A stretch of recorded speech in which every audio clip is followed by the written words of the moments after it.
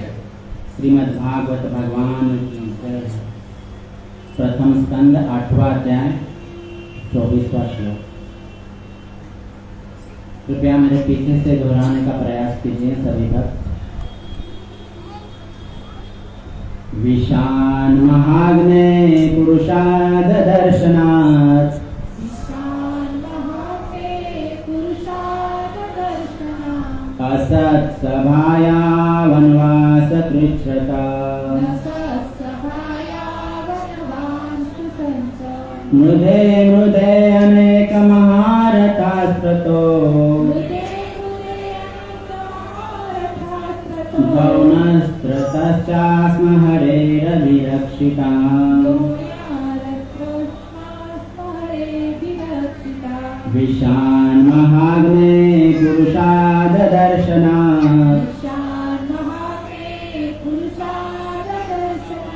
असत्सभाया वनवास पृच्छत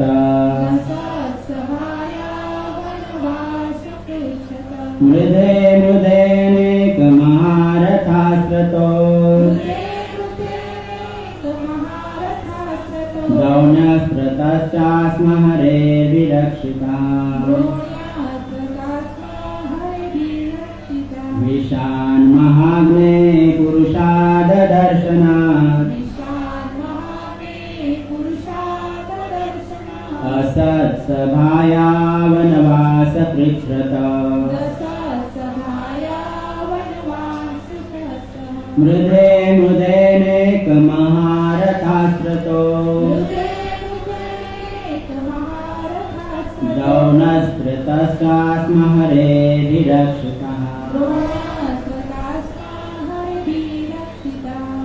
बोलिए कोई।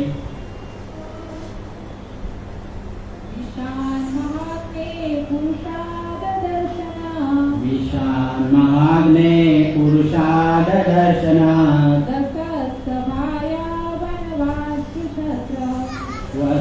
सभायां वनवास पृच्छत मृधे मृधेनेकमहारथाश्रतो गौनस्त्रतश्चास्म हरेर्विरक्षितः। और कोई देख के भी बोल सकते हैं। बोलिए प्रभु जी, देख के बोलिए। बोलेंगे माता जी, बोलिए। शब्दार्थ पीछे से दोहराइए। विषाक विष से, महाअग्नि प्रबल अग्निकांड से, पुरुषादा मनुष्य के भक्षक से, दर्शनात् मल्ल युद्ध करके, असत दुष्ट की सभायां सभा से, वनवासा जंगल में प्रवासी, कृच्छ्रतः कष्ट से, मृधे मृधे युद्ध में बारंबार, अनेका अनेक, महारथा बड़े बड़े सेनानायक, अस्त्रतः हथियार से, द्रोणी द्रोणाचार्य के पुत्र के, अस्त्रतः अस्त्र से, च तथा, आस्मा था, हरे हे भगवान, अभिरक्षिता पूर्णतया। अनुवाद एवं तात्पर्य जगत गुरु श्रील प्रभुपाद महाराज के द्वारा। जगत गुरु श्रील प्रभुपाद महाराज की अनुवाद। हे कृष्ण, आपने हमें विश्वमय भोजन से, महान अग्निकांड से, मनुष्य भक्षक से, दुष्ट सभा से, वनवास काल के कष्टों से तथा महारथियों द्वारा लड़े गए युद्ध से बचाया है, और अब आपने हमें अश्वत्थामा के अस्त्र से बचा लिया है।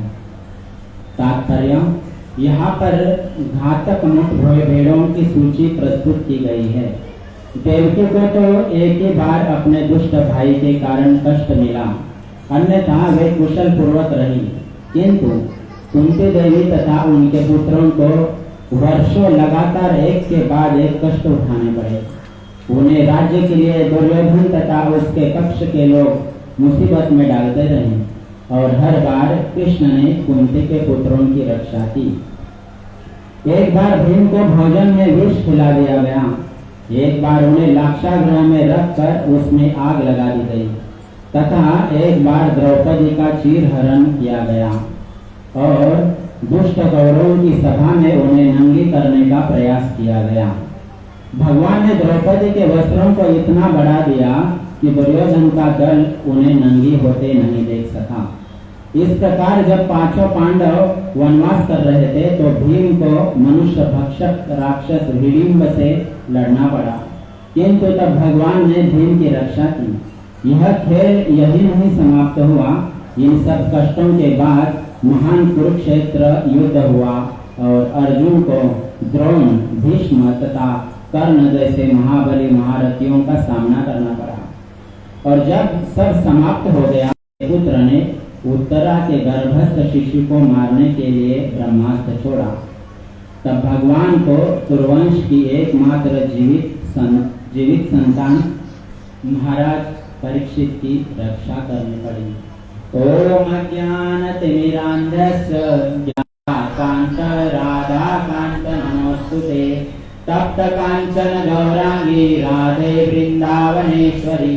वृषभानुसुते देवी प्रणमामि हरिप्रिये। वाञ्छाकल्पतरुभ्यश्च कृपा सिन्धुभ्य एव च पतितानां पावनेभ्यो वैष्णवेभ्यो नमो नमः।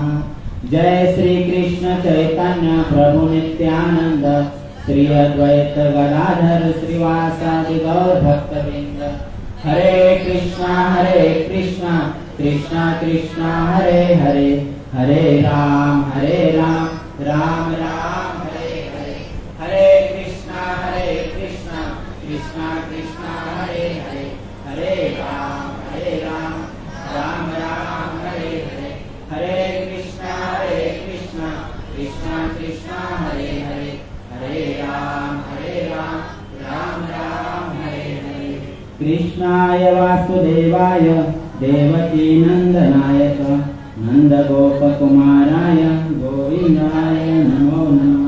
हरे कृष्णा कृष्णा कृष्णा हरे हरे, हरे राम राम हरे हरे। हरे कृष्णा कृष्णा कृष्णा हरे हरे, हरे राम राम राम हरे हरे। हरे कृष्णा कृष्णा कृष्णा हरे हरे, हरे राम राम राम हरे हरे। अंतर्राष्ट्रीय कृष्ण भावना अमृत संघ नालासोपारा की ओर से चलाए जा रहे चातुर्मास के इस साप्ताहिक सत्संग कार्यक्रम में उपस्थित हुए आप सभी भक्तों का हृदय पूर्वक स्वागत एवं आप सभी को प्रणाम। हरे कृष्ण। तो यह चातुर्मास के चारों मास बहुत ही पावन मास हैं और हम सभी भक्तों का सौभाग्य यह है कि हमारे आदरणीय शिक्षा गुरु जी आदरणीय मधुमंगल दास प्रभु जी के कृपा से यहाँ पर हमें सत्संग सुनने का, सत्संग में आने का, भगवान के दर्शन करने का, महाप्रसाद का लाभ मिलता रहता है। यह सत्संग बहुत दुर्लभ है, बहुत दुर्लभ है। जब भगवान की विशेष कृपा होती है और भक्तों की विशेष कृपा होती है तब यह सत्संग हमें प्राप्त होता है। तो हमारे शिक्षा गुरु जी एवं हमारे शिक्षा गुरु जी की कृपा से, भगवान की कृपा से यहाँ पर पिछले 25 वर्ष से हमें सत्संग प्राप्त हो रहा है। तो हमें सभी जिन जो भी इस सत्संग को चलाने के लिए जो कारण है, जो मतलब गुरुजन है, शिक्षा गुरु जी, दीक्षा गुरु जी, जगन्नाथ जी, उनका हमें आभार व्यक्त करना चाहिए कि हमें यह अवसर प्रदान किया है। तो उनका आभार प्रकट करते हुए एक बार सभी भक्त हरे कृष्ण महामंत्र का जप। हरे कृष्णा कृष्णा कृष्णा हरे हरे, हरे राम राम राम हरे हरे। चातुर्मास का अब तीसरा मास शुरू हो चुका है और ये चातुर्मास के चारों महीने में बहुत से वैष्णव आचार्यों के आविर्भाव दिवस, तिरोभाव दिवस एवं उत्सव और वैष्णव के लिए भी बहुत सारे उत्सव, भगवान की भी बहुत सारी लीलाएं इस चातुर्मास के दौरान है। तो आप में से कौन कौन बता सकते हैं कि चातुर्मास के दौरान क्या क्या लीला हुई भगवान की, क्या क्या उत्सव वैष्णवों के लिए आते हैं? कौन बताएंगे? नहीं पता है किसी को? जन्माष्टमी उत्सव, राधाष्टमी उत्सव, बलराम जी का आविर्भाव दिवस, गणेशोत्सव अभी मनाए सब लोग। अभी नवरात्रि भी आएगी, फिर पवित्र कार्तिक मास आएगा, दामोदर लीला उसी कार्तिक मास में। तो हमारे लिए ये बहुत ही प्राथमिकता वाले ये उत्सव है। हमें इन उत्सवों को बहुत ही प्राथमिकता देनी चाहिए और इसमें सहभागी होने का प्रयास करना चाहिए। तो हाल ही में सभी भक्तों ने गणेशोत्सव मनाया। कौन कौन बताएंगे कि गणेशोत्सव क्यों मनाया जाता है? किनके किनके घर में गणेश जी विराजमान थे बताइए, और अभी विसर्जन भी कर दिए। ऐसे भक्त हाथ ऊपर कीजिए, बताइए माता जी क्यों गणेशोत्सव मनाया जाता है?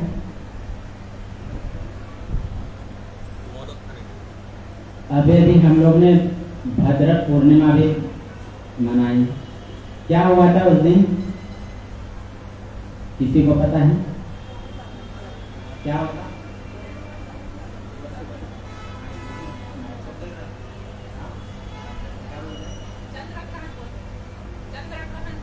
चंद्रग्रहण, वो तो एक साल में हो गया, हर साल वो नहीं हो सकता है ना एक ही दिन। तो श्रीमद् भागवत महापुराण का जो सुखदेव गोस्वामी महाराज ने परीक्षित महाराज को जो भागवतम का कृपा किए थे वो इसी मास में हुआ था। और परीक्षित महाराज की जो शरीर जो छूटा था वो इसी मास में छूटा था। और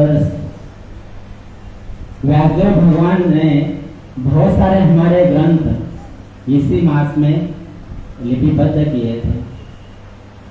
महाभारत है, श्रीमद् भागवतम है। तो इसी जो कुछ ग्रंथ ऐसे हैं जो उसी 11 दिन में लिखे गए थे। तो ऐसे कहा जाता है कि गणेश जी का एक ही दांत क्यों रहता है? माता जी बताइए। एक दंत उनका नाम है, एक दंत क्यों है? उसी एक दंत से उन्होंने भागवत की रचना लिखी थी। हाँ, वेदव्यास जी ने बोला था, उन्होंने लिखा था। हाँ, पहले तो लिख रहे थे, लेकिन ऐसा सुना है कि वो शायद कुछ खत्म हो गई, तो उन्होंने अपना दांत तोड़ दिया।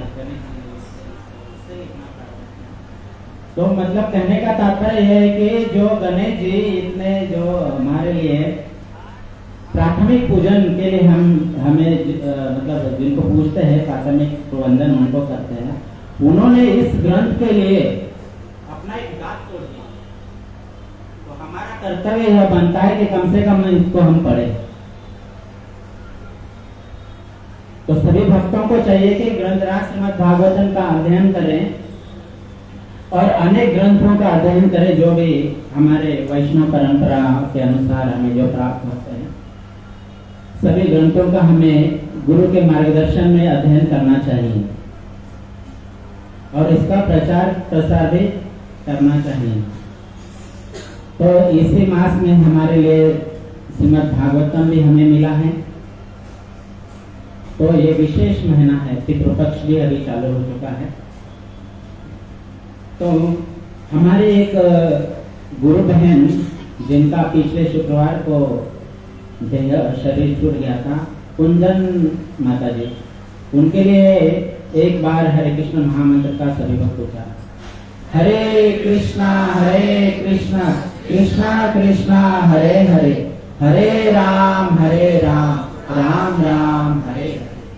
कुंदन माता जी बहुत ही सालों से सत्संग में आते थे और बहुत जप करते थे। जैसे प्रभु जी ने पिछले समय में बताए थे कि बहुत जप करते थे। बापा सीताराम मार्केट में हमने देखा है, जब जगन्नाथ जी वापस थे उनके हाथ में हमेशा माला ही रहती थी। स्टूल पे बैठते थे, कभी कुर्सी पे बैठते थे, तो हम कुर्सी पे बैठते थे, पीछे लाल वाली कुर्सी पे, तो हमेशा जप करते रहते थे।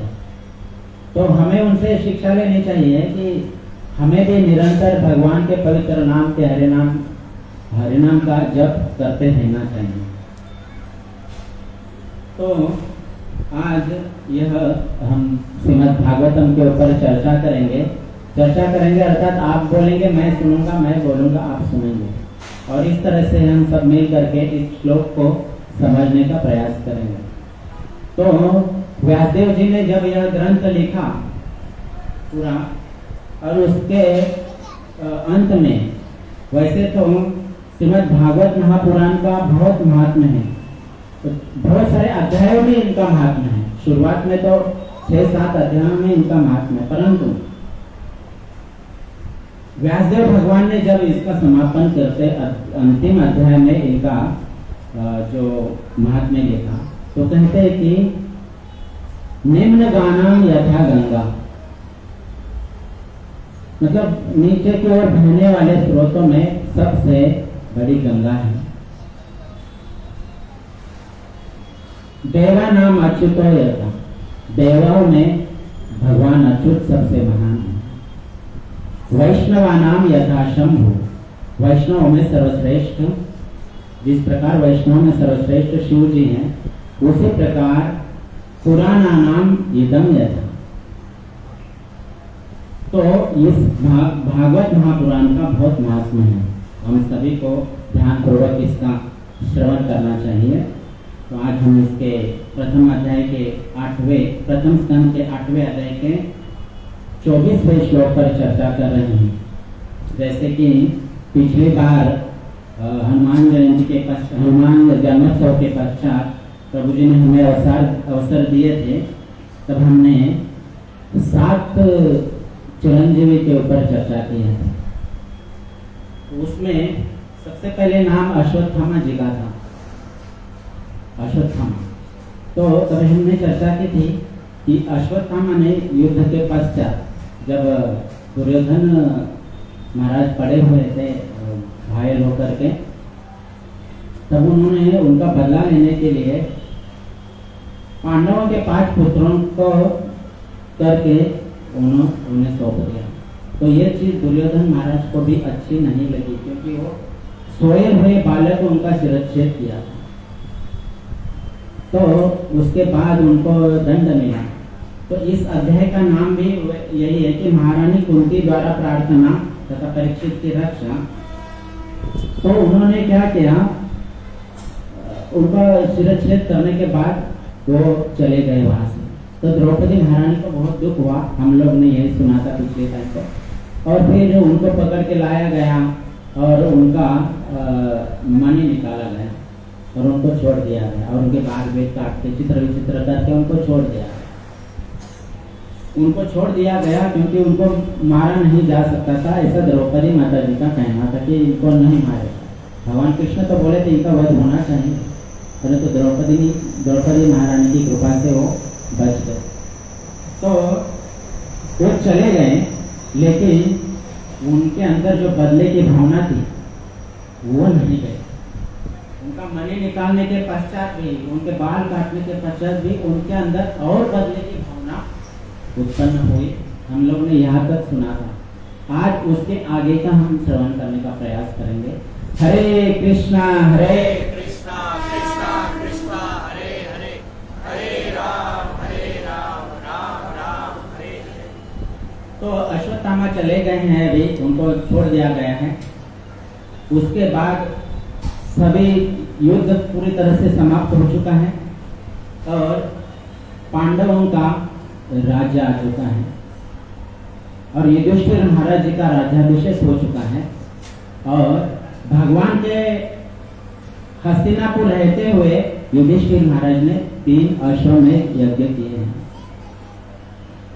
3 अश्वमेध यज्ञ करने के पश्चात अब भगवान कुंती महारानी जी को बोलते हैं कि अब मुझे आप आज्ञा दीजिए, मुझे द्वारका जाना होगा। तो जब भगवान द्वारका के लिए चले, रथ तैयार है, रथ के ऊपर बैठ गए। रथ के ऊपर बैठ गए और कुंती महारानी जी उनको बहुत सी प्रार्थनाएं करने लगे। भगवान ने पूरी तरह से तय कर लिया कि अभी जाना है, परंतु कुंती महारानी उनको रोकने का प्रयास कर रहे हैं। भगवान बोलते कि मेरा बहुत बड़ा परिवार है, क्योंकि 16,108 पत्नियां, फिर हर एक के 10-10 पुत्र, हर एक की 1-1 पुत्री, फिर और पुत्रों के पुत्र पौत्र, बहुत बड़ा परिवार है भगवान का। तो हमारे एक पत्नी अगर होती है तो भी हम उनको छोड़ करके किसी गांव में 2-4 दिन रहने को मानते नहीं कि भाई मुझे जाना पड़ेगा मेरा परिवार। लेकिन भगवान का इतना बड़ा परिवार होते हुए भी भगवान युद्ध के दौरान भी रुके, युद्ध के बाद 3 अश्वमेध यज्ञ होने तक रुके। अब भगवान जा रहे हैं और रथ पर भगवान बैठ चुके हैं आसन पर। इतने में वो जो अश्वत्थामा की बदले की भावना थी वो अभी तक गई नहीं कि बढ़ चुकी थी। और उन्होंने सोचा है कि अभी मैं पांडवों को निर्दोष कर दूंगा, पांडवों को तो मार ही दूंगा 5 को, लेकिन उनके बीच को भी खत्म कर दूंगा। इस बदले की आग से उन्होंने 6 ब्रह्मास्त्र छोड़ दिए। 5 पांडवों के ऊपर 5 ब्रह्मास्त्र छोड़ दिए और 1 ब्रह्मास्त्र उत्तरा के गर्भ पे छोड़ दिए। जब भगवान रथ के ऊपर आसीन है उतने में उत्तरा माता भागते भागते भागते भागते उनके पास आ गए और भगवान से प्रार्थना करने लगी, हे भगवान मुझे बचाइए, मेरे पीछे एक बहुत ही लोहे का गोला आंख की तरह आ रहा है और मुझे मारना चाहता है। मुझे भले मार दें परंतु मेरे गर्भ की रक्षा कर। ऐसी प्रार्थना वो करते हैं। तो जब पिछली बार ब्रह्मास्त्र छोड़ा गया था तब अर्जुन पीछे पीछे दौड़े थे, फिर भगवान दौड़े थे और फिर उनको पकड़ लिया गया था। लेकिन यहाँ अब के बार भगवान ने ऐसा नहीं किया। अब की बार भगवान ने एक क्षण बिताए बिना तुरंत अपना सुदर्शन और गदा लेकर के भगवान अंगुष्ठ के समान छोटे हो गए और उत्तरा के गर्भ में चले गए और गर्भ को पूरी तरह से सुदर्शन चक्र से ढक दिया।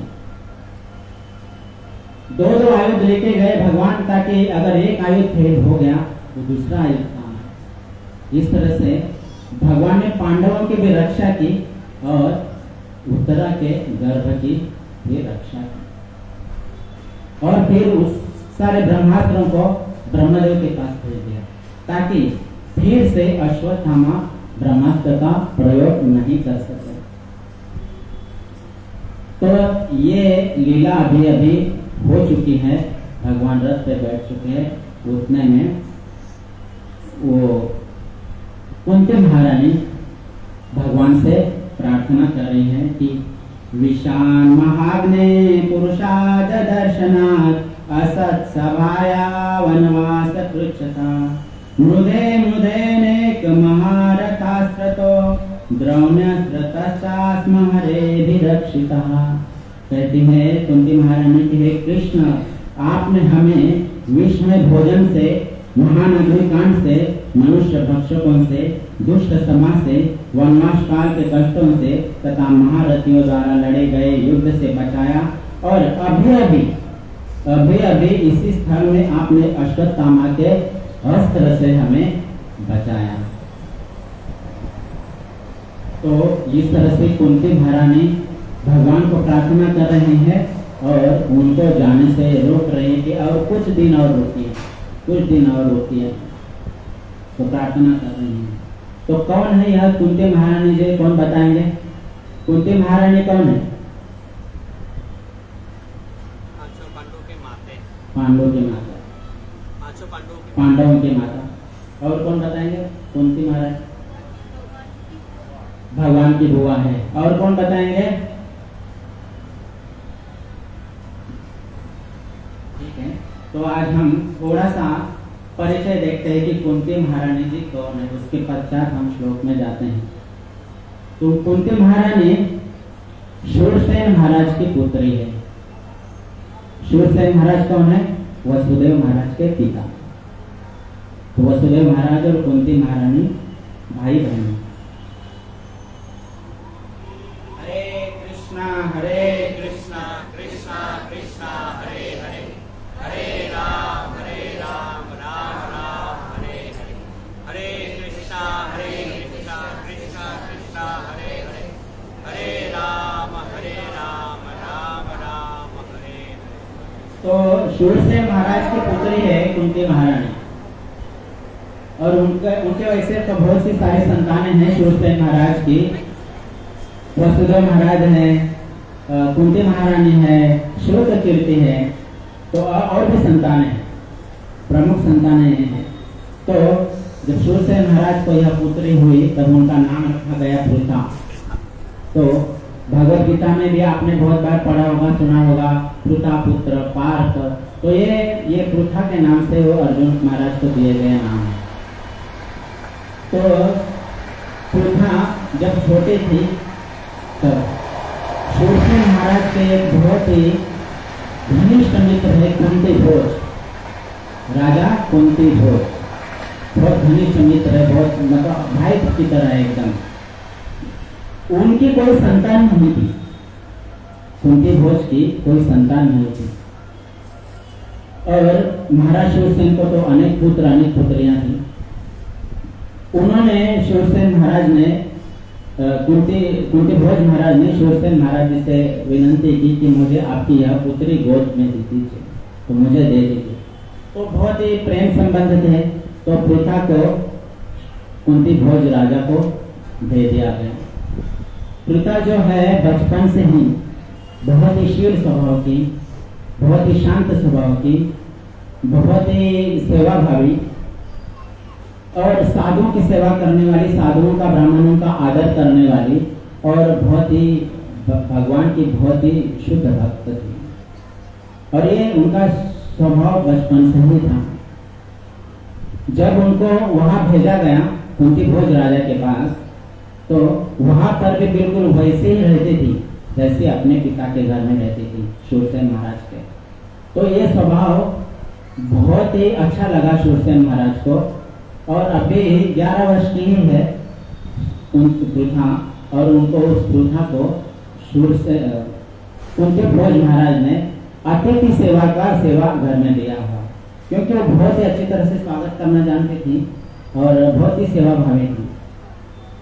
तो कुंती भोज राजा ने गोद लिए है, इसके लिए उनका नाम बाद में पड़ गया कि कुंती, तो हम इसलिए कुंती महाराज। तो जब वो 11 वर्ष के थे कुंती महारानी, तब एक बार कुंती भोज राजा के महल में एक ब्राह्मण आ गए और उन ब्राह्मण का नाम है दुर्वासा।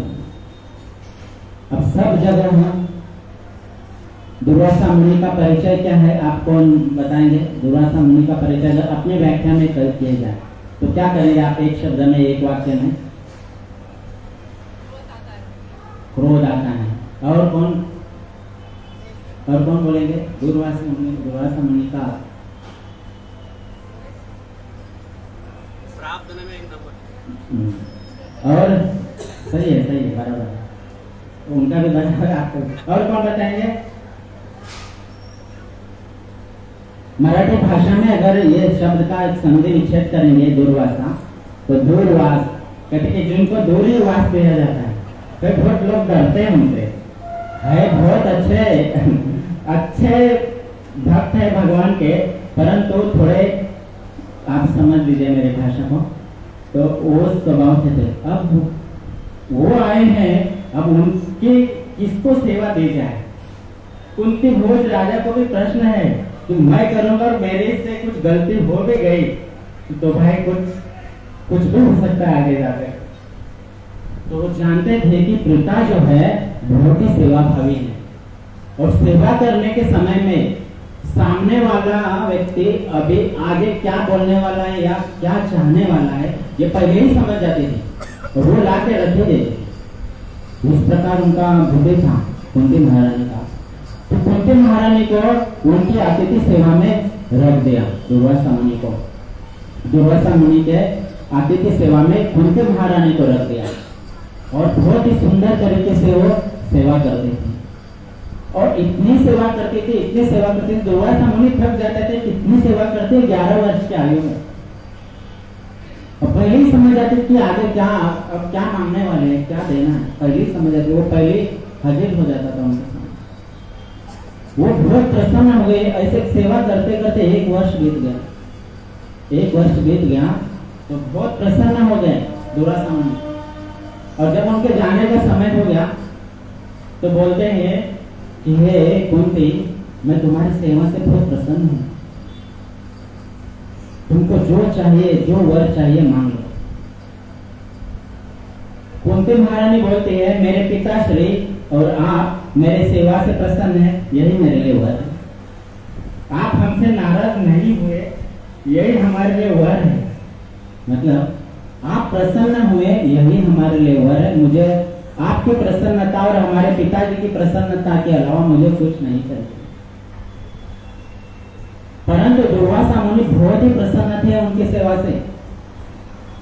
तो दुर्वासा मुनि ने कहा नहीं, मैं तुझको देना चाहता हूं। तो दुर्वासा मुनि त्रिकालदर्शी है, वो जानते हैं भूत भविष्य वर्तमान सब कुछ जानते हैं, कितना महान है। तो उन्होंने देखा कि आगे जाकर इस लड़की को संतति निर्माण के लिए बहुत कष्ट होने वाले हैं, संतान उत्पत्ति के लिए कष्ट होने वाला है, नहीं के बराबर। उन्होंने जान लिया और उन्हें वो वर, एक वर दे दिया, एक मंत्र दे दिया। बोले कि ये वर, ये मंत्र तुम याद रखो और इस मंत्र को बोल करके जब तुम किसी भी देवता का आह्वान करोगे तब वो देवता तुम्हारे सामने प्रकट हो जाए। उनके महाराज जी नहीं चाहते थे कि मुझे कोई वर मिले, लेकिन जब साधु प्रसन्न होते हैं तो खाली हाथ जाते नहीं है, वो कुछ ना कुछ देकर ही जाते हैं। तो हमें भी कुंती महारानी जी के इस चरित्र से शिक्षा लेनी चाहिए हमारे बच्चों को, हमें भी, कि हमें अतिथि सेवा में एक नंबर रहना चाहिए। कोई भी अतिथि हमारे घर में अगर आए तो हमारे मुख से उनके लिए स्वागत के अच्छे शब्द होने चाहिए, उनके लिए अच्छे सेवा भाव होना चाहिए। यह नहीं भाव होना चाहिए कि अतिथि तुम कब जाओगे, नहीं, अतिथि फिर बार बार हमारे पास आ जाए, ऐसे हमारी सेवा होनी चाहिए। तो दुर्वासा मुनि बहुत प्रसन्न है और उन्हें एक मंत्र दे दिया है कुंती महारानी को, और उन्हें कहा है उनको कि जब जब जब तुम किसी भी देवता का आह्वान करोगी तब वो देवता तुम्हारे सामने प्रकट हो जाएंगे। इस मंत्र को दे करके दुर्वासा मुनि चले जाते हैं। अब वो 11 साल के बच्चे हैं, हम तो बहुत समझदार है। आज कल अगर 11 साल के बच्चे को मान लीजिए, कभी भी कहूँ, अगर कुछ पिताजी ने कुछ खिलौना ला के दिया, गिफ्ट दे दिया पैकिंग करके अच्छे से, तो वो लालायित रहेगा, उत्सुक रहेगा कि मैं कब इसको खोलूं, कब पिताजी काम पे जाते हैं, मैं कब इसको खोलूं और देख लूं क्या है क्या है। तो जाहिर सी बात है कि कुंती महारानी जी की थोड़ी, तो उन्होंने सोचा आप देख तो ले क्या है मंत्र, कैसे है, कैसे काम करता है। उन्होंने वो मंत्र को जपा। अब दुर्वासा मुनि ने कहा कि देवता का आह्वान करेंगे तो देवता आ जाएंगे, उत्सुकता है देखने के लिए, देवता आगे जाते हैं कैसे आते हैं। दुर्वासा मुनि का शब्द तो झूठा नहीं हो सकता। अब कौन से देवता का आह्वान करो, तो घर में बैठे थे खिड़की के पास, खिड़की से सूर्यदेव देखे, सूर्यदेव का ही आह्वान किया तो सूर्यदेव सामने प्रकट हो गए। और इसके बाद की कथा आप सभी को पता है कि क्या हुआ, कर्ण का जन्म और फिर वो सब आगे। तो ये है कुंती महारानी का छोटा सा परिचय। वैसे कुंती महारानी जी का परिचय देने में हम सक्षम नहीं, हम वो योग्य नहीं है, क्योंकि वो बहुत महान है, बहुत महान है, इतनी महान है कि वो भगवान के अलावा जीना नहीं चाहती, इतने महान है। जब उन्होंने सुना, सिर्फ सुना कि भगवान इस धराधाम पे नहीं रहे, वो सारथी जब आता है और अर्जुन महाराज और सारथी तो बोलते हैं कि कृष्ण इस धराधाम पे नहीं रहे, इस लोक को छोड़ के चले, उसी क्षण सुनते ही कुंती महारानी जी ने अपना देह त्याग दिया है उसी जगह पर। तो ऐसे कुंती महारानी के लिए हमारे पास उतने शब्द नहीं, हम उतने योग्य नहीं कि हम उनका कुछ बखान करें। तो ये अल्पसा उनका परिचय है। तो भगवान को और रोकने का प्रयास कर रही है कुंती महारानी कि कुछ दिन और रुक जाइए हस्तिनापुर, अभी तो आपने युधिष्ठिर महाराज जी का राज्याभिषेक किया है, अभी तो सुख के दिन आए हैं, आप रुकिए। आपने हमारे बहुत ही विपत्ति के दिन में आप हमारे साथ में थे, और अब जब सुख के दिन आए हैं तब आप हमें छोड़ के जा रहे हैं। तो प्रार्थना करते हैं कुंती महारानी कि इससे अच्छा तो ये है कि आप हमें विपत्ति ही दे दे, क्योंकि आप विपत्ति में हमारे साथ में रहते हैं, और जब अब संपत्ति आ रही है तब आप हमें छोड़ के जा रहे हो। तो ऐसी संपत्ति जो आपको हमसे दूर करे, वो संपत्ति हमें किस काम की? जो संपत्ति हमें भगवान से दूर कर दे, वो धन संपत्ति हमारे किस काम की? उससे अच्छा तो आप हमें विपत्ति ही प्रदान कर दीजिए, दुख दे दीजिए। तो दुख मांग रहे हैं। संत तुकाराम महाराज कहते हैं कि मज लागे दुख को भावे, ऐसे कौन जीवे ना भावे। मुझे दुख आ जाए ऐसे कोई सोचता भी नहीं। प्रार्थना करने का तो बात बहुत दूर तक रह गया, जिसे कोई मन में सोचता ही नहीं है कि मुझे दुख हो जाए। लेकिन वो एक भी व्यक्ति है कुंती महारानी की भगवान से विपत्तियां मांग रही है। क्यों? क्योंकि विपत्ति में आप हमारे साथ में थे, तो आप ही हमारे असली संपत्ति हैं। ये जो राज्य हमें प्राप्त हुआ है वो हमारी असली संपत्ति नहीं है, आप हमारी असली संपत्ति है। तो आप हमें छोड़ के मत जाइए। आपने हमें बहुत सी विपत्तियों में हमारा साथ दिया है। तो किस किस विपत्ति में क्या क्या साथ दिया है, वो ये विपत्तियां यहाँ पर गिना रही हैं इस श्लोक में, कि क्या क्या किस किस विपत्ति में आपने हमें अपना साथ दिया है, हमें बचा लिया है। तो कुंती महारानी जी जब बड़ी हो गई तब कुंभोज राजा ने उनका स्वयंवर रचा, और स्वयंवर में राजा पांडु ने तो स्वयंवर जीता, और कुंती महारानी का राजा पांडु के साथ विवाह हो गया। राजा पांडु बहुत ही दिग्विजयी थे। बड़े भाई तो नेत्रहीन थे धृतराष्ट्र, तो इनको राजगद्दी पे बिठा दिया गया था। तो बहुत ही सुंदर राज्य चलाते थे महाराज पांडु, परंतु उनकी आसक्ति राज्य में नहीं थी। बहुत ही विरक्त पांडु महाराज थे, बहुत विरक्त। तो हमेशा वो भारी रहते थे शिकार के लिए, कुछ जीतने के लिए, दिग्विजय करने के लिए, ऐसे भारी रहा करते थे। तो जब भी वो बाहर जाते अपनी पत्नियों को साथ में लेके जाते। ऐसे एक बार दिग्विजय करके जब गए सब जगह पर विजय प्राप्त कर ली, तो मध्य देश में चले गए, और मध्य देश के राजा, उनको पता चला कि इतने बड़े महान राजा हैं ये, तो उनको कुछ तो देना चाहिए। तो उन्होंने अपनी पुत्री को सौंप दिया, माद्री को, और माद्री के साथ पांडु महाराज का विवाह कर दिया। वहां से शुरुआत होती है कुंती महारानी के दुख की। मान लीजिए आज की तारीख में यदि किसी स्त्री का उसके पति ने दूसरा विवाह करके दूसरी पत्नी लेके आए, तो वो स्त्री घर में जो पहले से क्या सुखी होगी?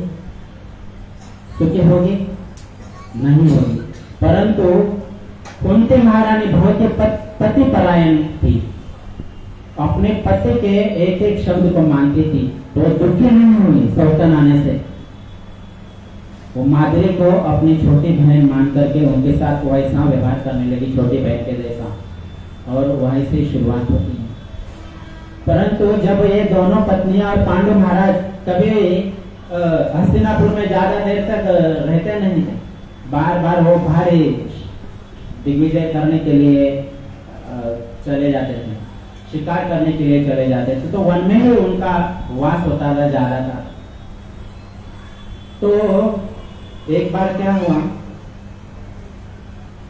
वो एक बार शिकार खेल रहे थे पांडु महाराज, शिकार, तो बहुत आवाज आ गई उनको, कुछ किसी पशु की आवाज आ गई, और एक रहता है ना छोटे मोटे झाड़, क्या बोलते, वेली, लता पता, मराठी भाषा में कहते हैं झुडप, हिंदी में क्या बोलते त्याला, झुडपाला नहीं। तो ऐसे छोटे मोटे जंगल में छोटे मोटे जालियां थी, उसके पीछे से कुछ आवाज आई। आवाज आई तो उन्होंने, पांडु महाराज ने उस आवाज को लक्ष्य करके लक्ष्य भेदी बाण चला दिया, लक्ष्य भेदी बाण चलाया। वैसे ही वहां पर जो थे उनको बाण लग गए। वहां पर जो थे एक मृग और मुर्गी, मतलब एक हिरण और हिरण के रूप में किंदम ऋषि और उनकी पत्नी। किंदम ऋषि इतने महान ऋषि है कि उनको मनुष्य शरीर में, ऋषि के शरीर में स्त्री के साथ संबंध करना भी अच्छा नहीं लगता। इतने महान थे, वो लज्जा आती है उनको। तो उन्होंने मृग का और मृगी का शरीर धारण किया है और समागम कर रहे थे वो झाड़ू के पीछे। और उस समय उनका समागम अगर पूरा नहीं हुआ था, उस समय उनको बाण लग गया। उस समय उनको बाण लग गया तो महाराज पांडु गए उनके पास, देखा तो एक मृग है, मृगी है और उनको बाण लग गया है, ये सब पीड़ा करते हैं। तब वो मृग बोलता है, जो किंदम मुनि है, वो बोलते हैं कि मैं मृग या मृगी हम नहीं है, हमने तो यह शरीर समागम करने के उतने क्षण के लिए ही धारण किया है, हम तो ऋषि है, मुनि है, किंदम है, परंतु आपने ऐसे क्षण में हमें बाण मारा है, देखा तक नहीं आपने हमें। पांडु महाराज कहते हैं कि क्षत्रियों का तो धर्म है क्या करना, शिकार करना, क्षत्रियों का धर्म है, मैंने कोई गलती नहीं। वो कहते हैं आपने गलती नहीं की, क्षत्रियों का धर्म है, बराबर है, लेकिन मैं समागम कर रहा हूं, उस समय में मेरा समागम पूरा नहीं हुआ है, ऐसे समय में आपने मुझे बाण मारा है। मैं तुम्हें श्राप देता हूं कि आज के बाद तुम जब भी अपनी पत्नी के साथ समागम करोगे, उसी क्षण तुम्हारी मृत्यु हो जाएगी। दो पत्नियां हैं लेकिन समागम नहीं कर सकते। पांडु महाराज को बहुत दुख हो गया। दुख इस बात का हुआ कि अभी मेरी दोनों पत्नियां निपुत्रिक है और मुझे ये श्राप मिल गया है।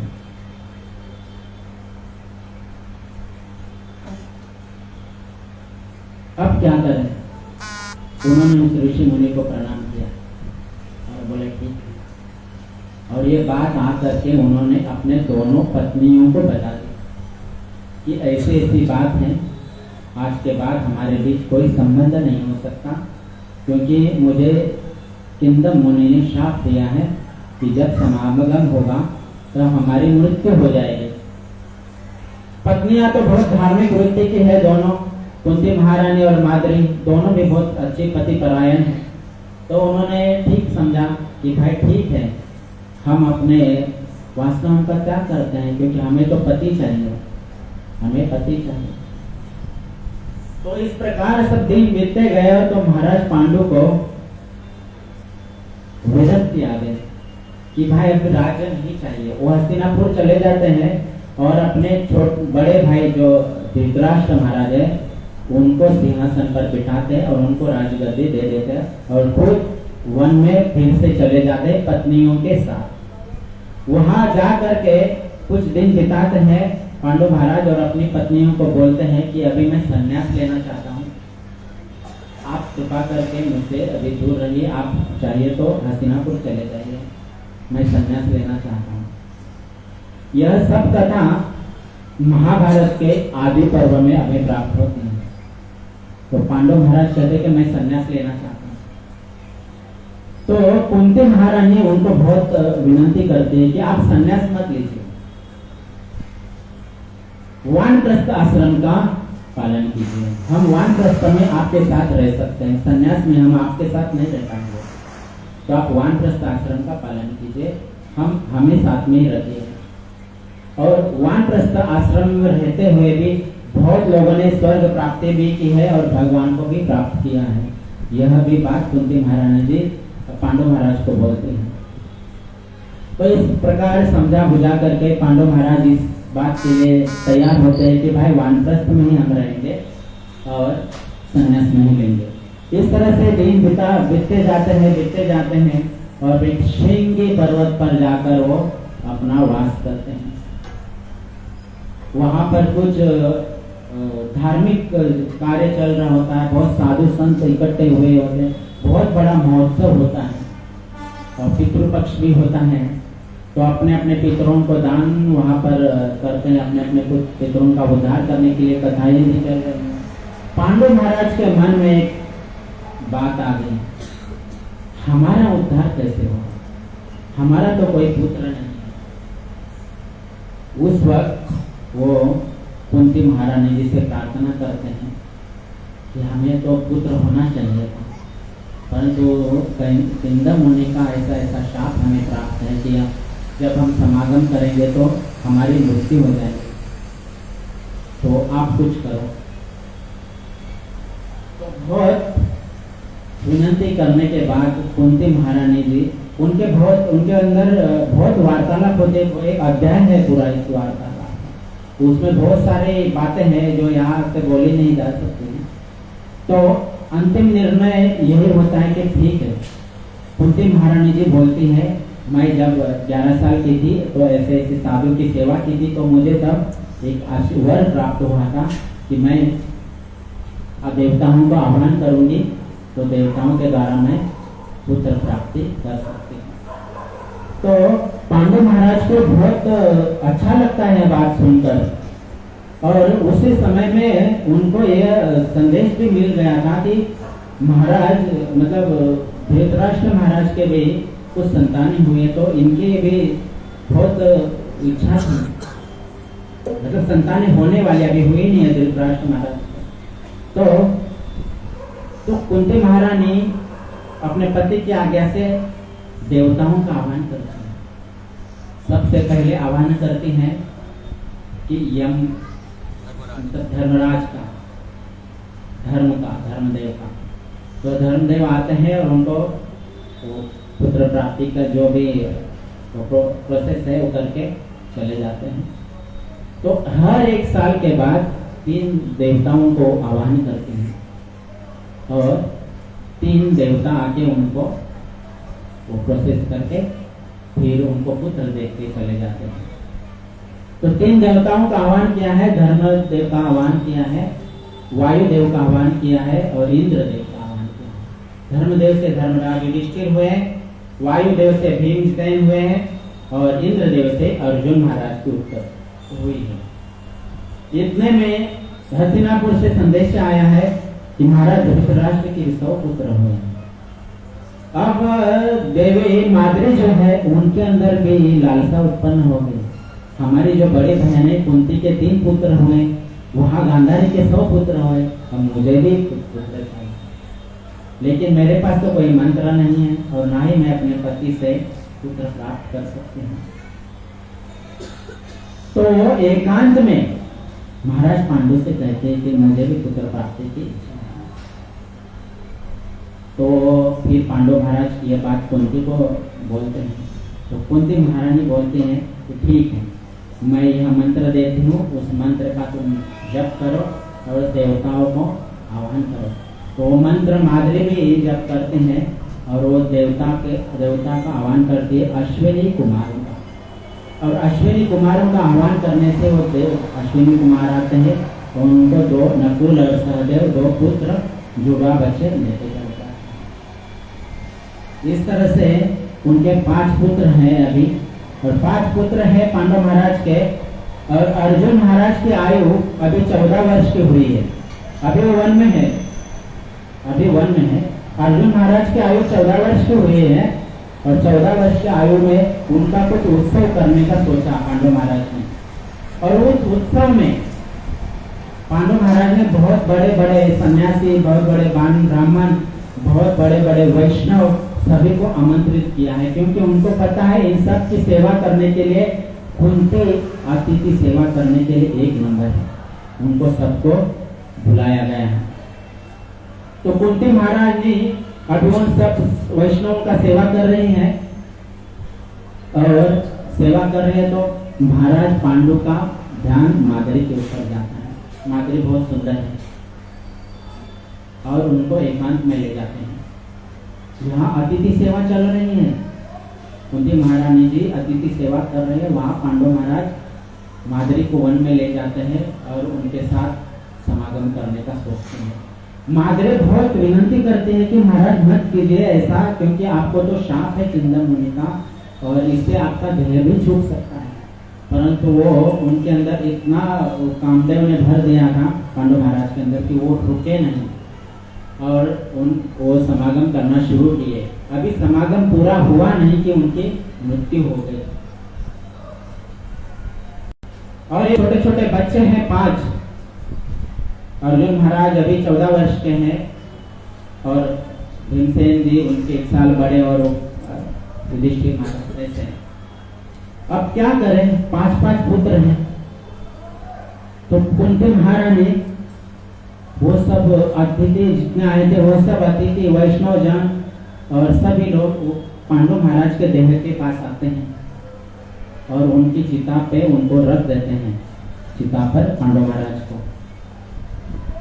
अब माद्री जी कुंती महारानी को कहते हैं कि दीदी मेरी वजह से यह सब हुआ है, मैं उनको रोकने में असमर्थ हुई इसलिए उनकी मृत्यु हो गई है, तो मैं सती जाऊंगी। कुंती महारानी कहती हैं कि नहीं माद्री, मैं बड़ी हूँ, मैं सती जाऊंगी, तुम 5 बालकों को उनका पालन पोषण करना।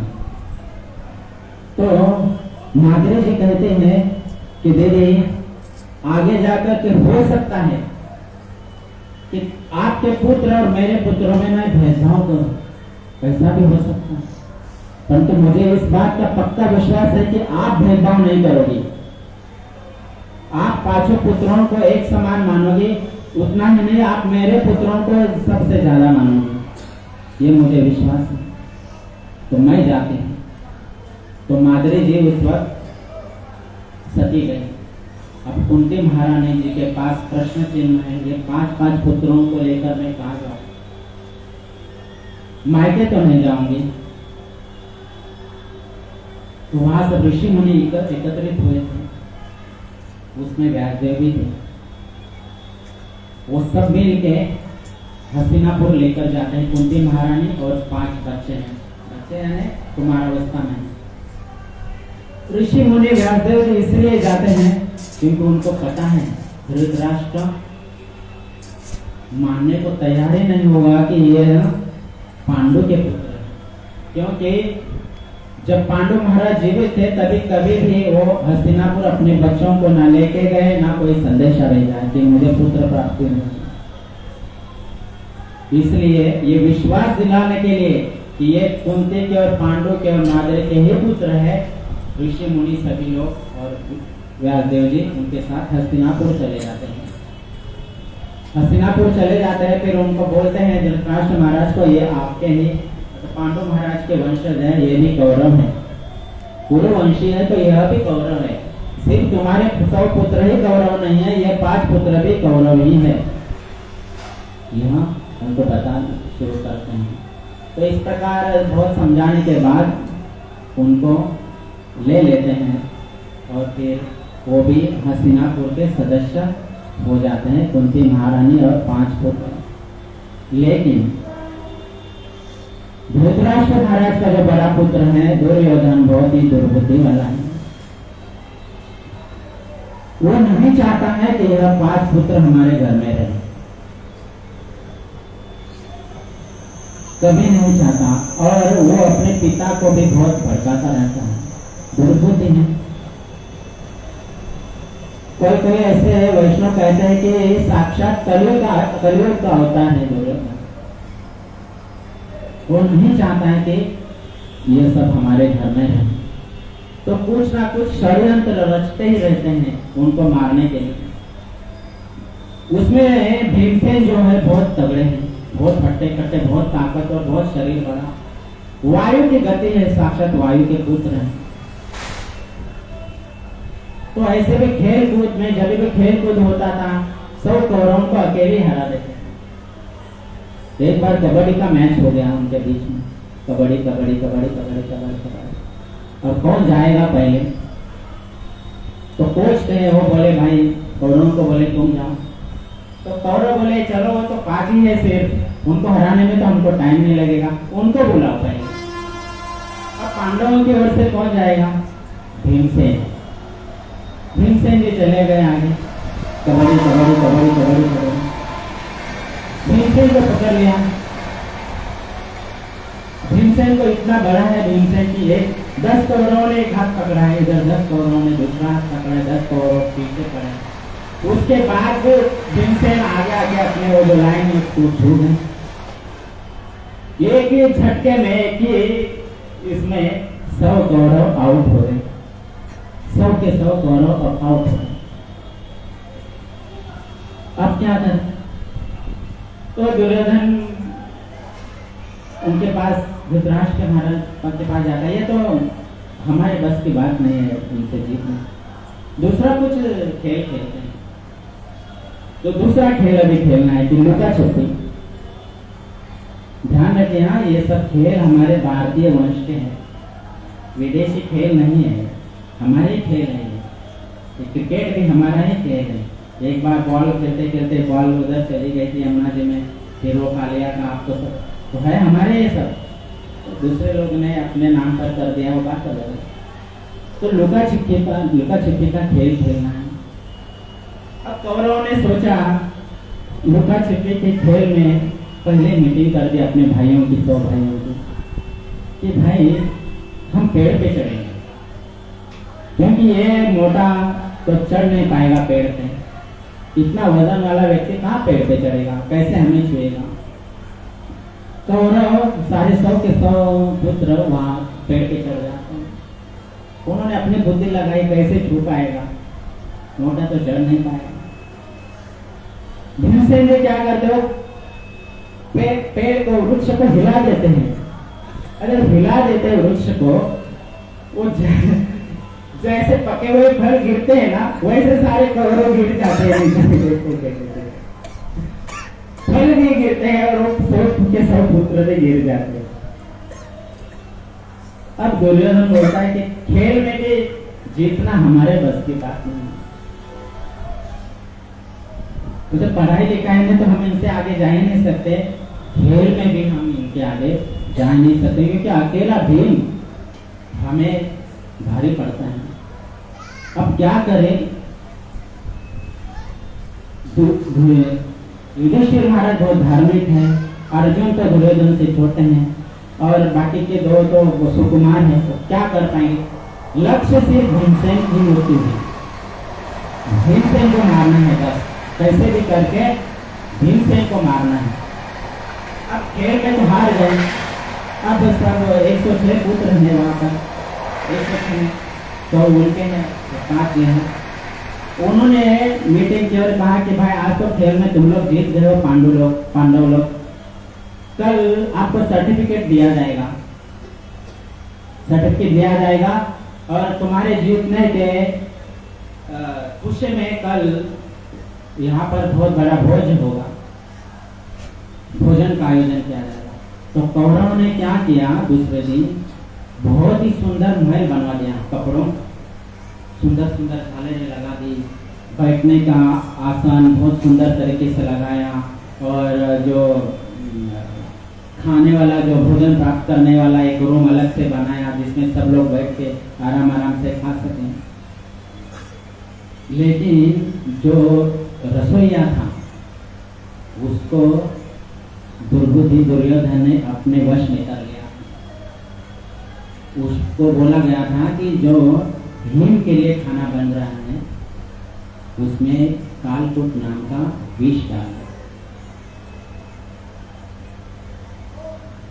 क्योंकि वो दुर्योधन दुर्बुद्धि सोच रहा है कि किसी चीज में हम भीमसेन को जीत नहीं सकते हैं, तो उसको कमजोरी पकड़ लो। उसकी कमजोरी क्या है? देखिए, दुर्बुद्धि लोग क्या कहते हैं कि जो अच्छे वाले जो लोग होते हैं उनकी कुछ कमजोरी पकड़ते उस पर वार करते हैं।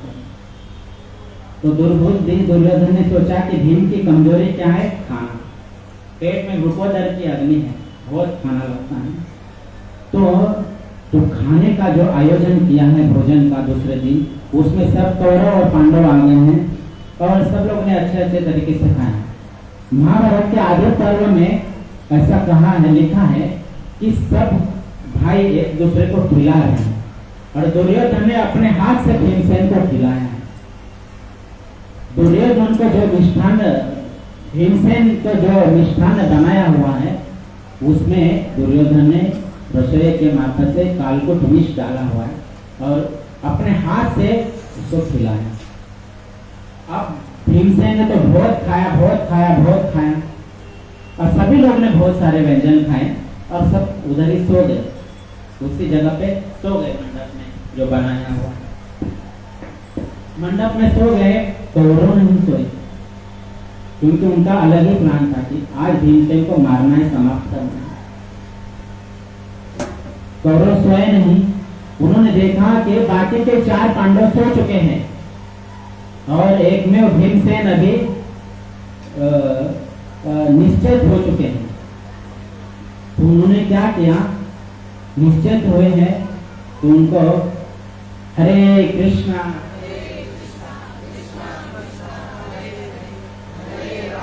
हरे राम राम राम हरे हरे हरे कृष्णा।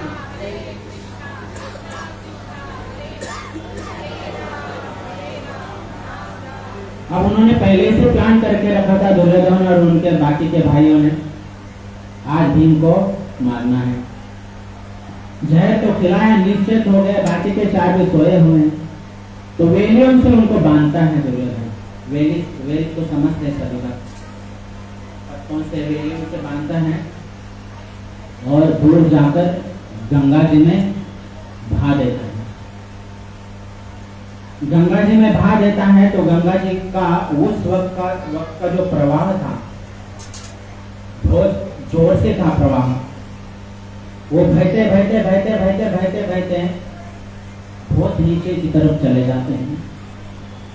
देखिए गंगा जी एकमात्र ऐसी नदी है, बाकी की जो नदियां हैं उनके नाम चेंज हो जाते हैं जब वो समुद्र से मिलती हैं, उनका नाम फिर समाप्त हो जाता है। वहाँ पहले उनका नाम रहता है, जैसे कि अभी नर्मदा नदी है या जो महाराष्ट्र में कोयना कृष्णा सब नदियां हैं, और जब समुद्र में जाके मिलती है तो उनका वहाँ नाम समाप्त हो जाता है। परंतु गंगा जी एकमात्र ऐसी नदी है जो समुद्र में मिलने के बाद उनका नाम चेंज नहीं होता, वहाँ सागर का नाम चेंज होता है, गंगा सागर।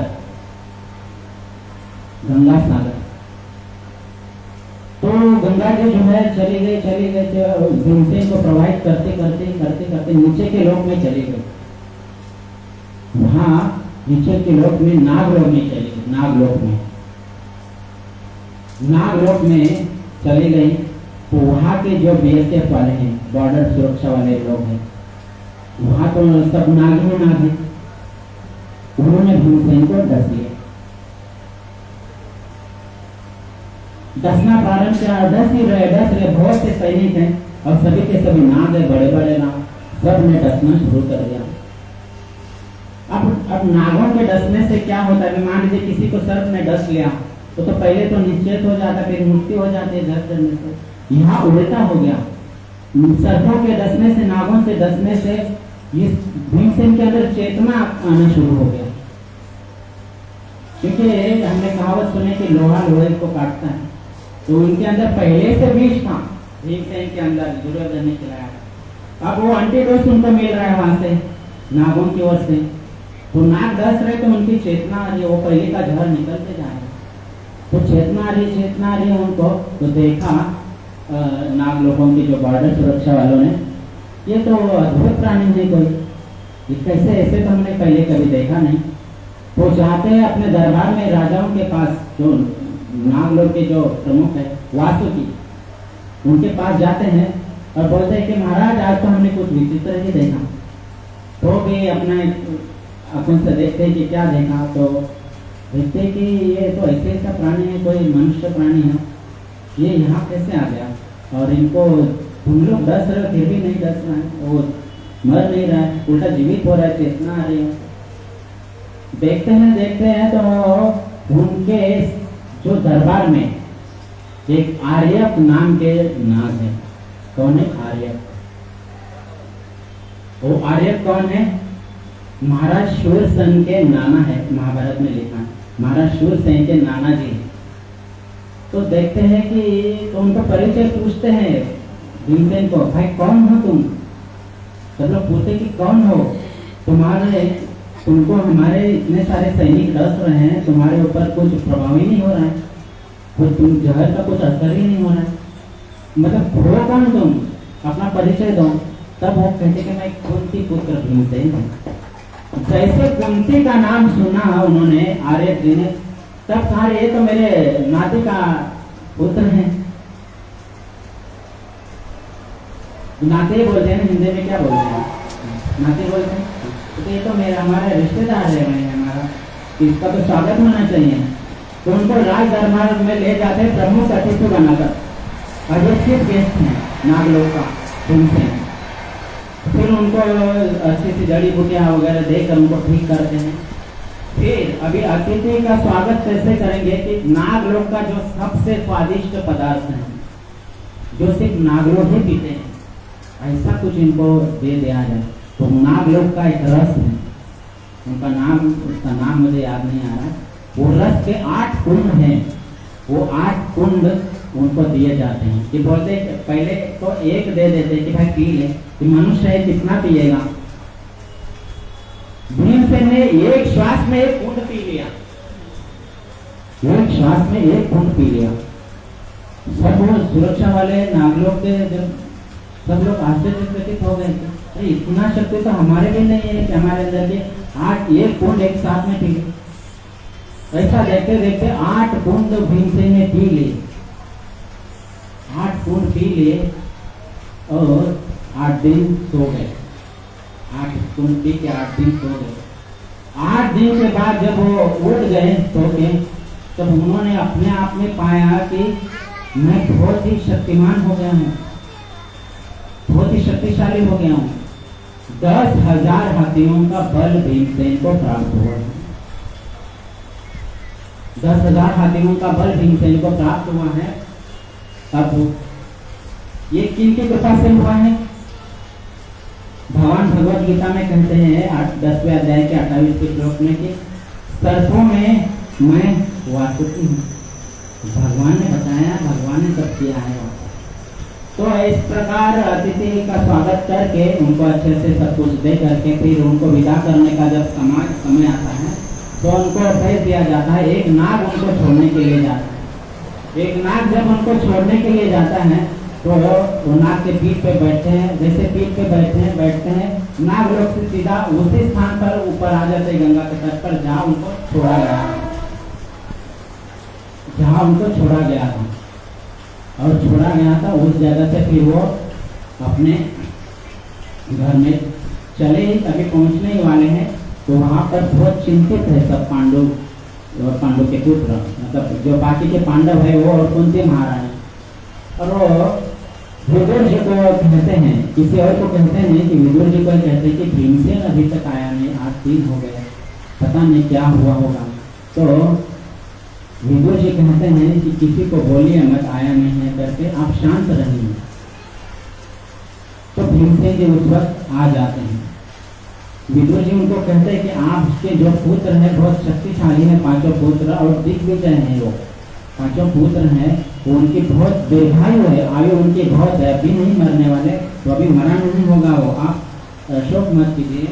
तो उतने समय में वो भीमसेन जी वहाँ पर पहुँच जाते हैं, हस्तिनापुर में पहुँच जाते हैं। और तब वो सब वृत्तांत जो उनके साथ बीच देने से लेकर वहाँ पर नागलोक में पहुंचने तक सारा वृत्तांत तो बताते कि ऐसा ऐसा मेरे साथ हुआ और ऐसा ऐसा मैंने बच गया वहाँ, फिर कुंड में उनका शासन करते। तो विदुर जी कहते हैं कि ये बात किसी को और को मत कहिए, आप दुर्योधन को भी, इसको भी, उसको भी, कि आपको भी ऐसे ऐसे आपने हमें मारने की कोशिश की, विष देने की कोशिश की, ये आप कहिएगा मत, वरना उनको मालूम नहीं होना चाहिए कि आपको मालूम है कि उन्होंने आपको विष दिया है, क्योंकि फिर वो अगली बार कुछ और तरीका सोचेंगे आपको मारने का। तो आप सिर्फ जैसे है वैसे रहिए। तो कुंती महारानी जी इस श्लोक में कहते कि विषाण नाग ने, आपने हमें इस विष बाधा से हमारे पुत्र की रक्षा की है, आप अभी मत जाइए, भगवान को उसको प्रार्थना करते हैं। और क्या कहते हैं कि महाअग्नि, दूसरा शब्द क्या है कि महाअग्नि, विषाद विष से महाअग्नि, प्रबल अग्निकांड से आपने हमें बचाया है। तो जब वो पांच पांडव अभी हस्तिनापुर में रह रहे, देख रहे दुर्योधन की इनको मारने का, भीमसेन को मारने का भी कुछ उपाय नहीं मिल रहा है। तो वारणावत की यात्रा होती है। वारणावत की यात्रा में महाराज धृतराष्ट्र कहते हैं कि वहाँ पर आपके लिए एक बहुत अच्छा महल बनाया जाएगा, वहाँ पर आप चले जाइए, वहाँ रहिए कुछ दिन और फिर हस्तिनापुर आइए। तो वहाँ पर एक लाक्षागृह बनाया जाता है जो सिर्फ लाख का बना रहता है, लाख का, और ऐसे ज्वलनशील पदार्थों से बनाया होता है कि तुरंत आग पकड़ ले, जैसे घी से बनाया हुआ है, या कुछ वस्त्र भी ऐसे होते हैं जो तुरंत आग पकड़ लेते हैं, ऐसे पर्दे उसमें लगाए हुए, लाख लगाया हुआ है, ऐसे ऐसे भीषण मतलब आग पकड़ ले ऐसे उस चीजों का घर बनाया गया है। और पांडवों को उस घर में भेज दिया गया है वारणावत में। यह बात विदुर जी को पता है क्योंकि विदुर जी वहाँ मंत्री हैं, तो उनको पता है।